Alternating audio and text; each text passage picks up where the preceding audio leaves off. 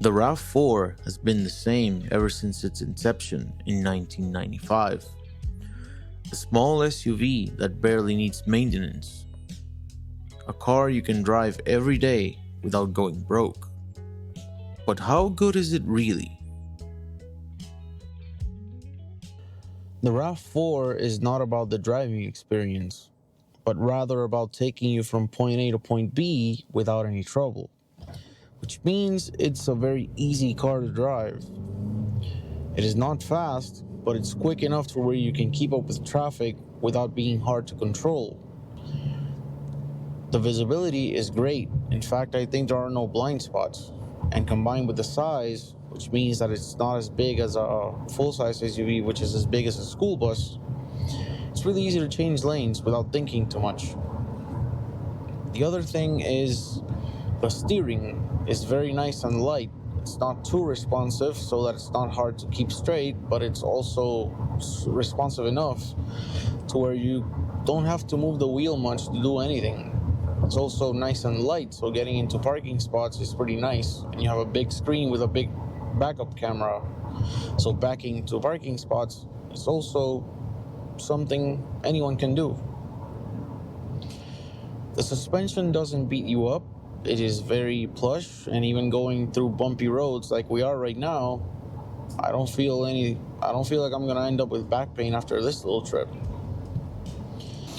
The Rav4 starts at around $27,000. This one is an XLE model with all-wheel drive, which means it's $32,500.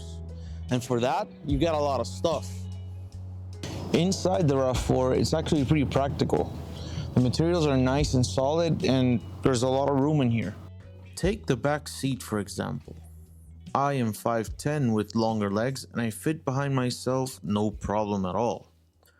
You also get a ton of storage space, not just in the trunk, but also in the center console area. You get a handsome looking interior along with a nice dash to look at, and a whole bunch of big physical buttons that are easy to use.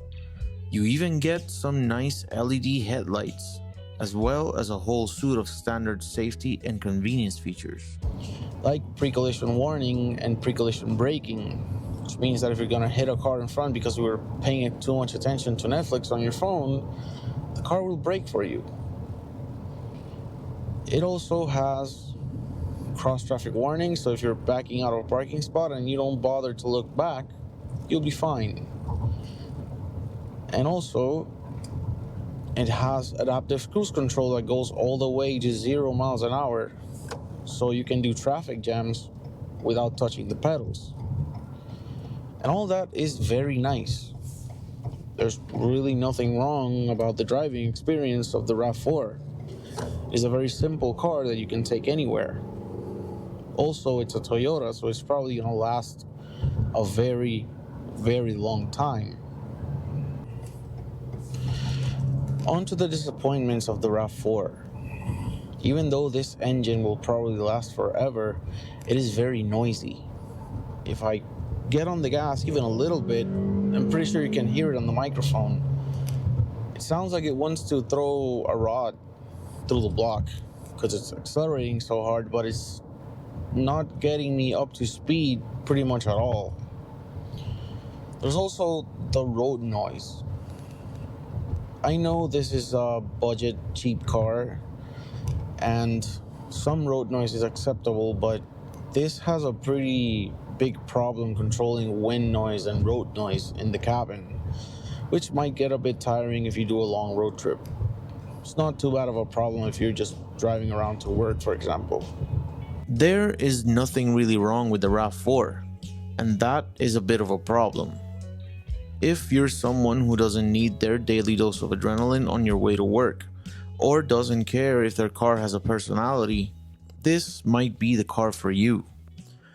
If you do care, however, you better start looking somewhere else.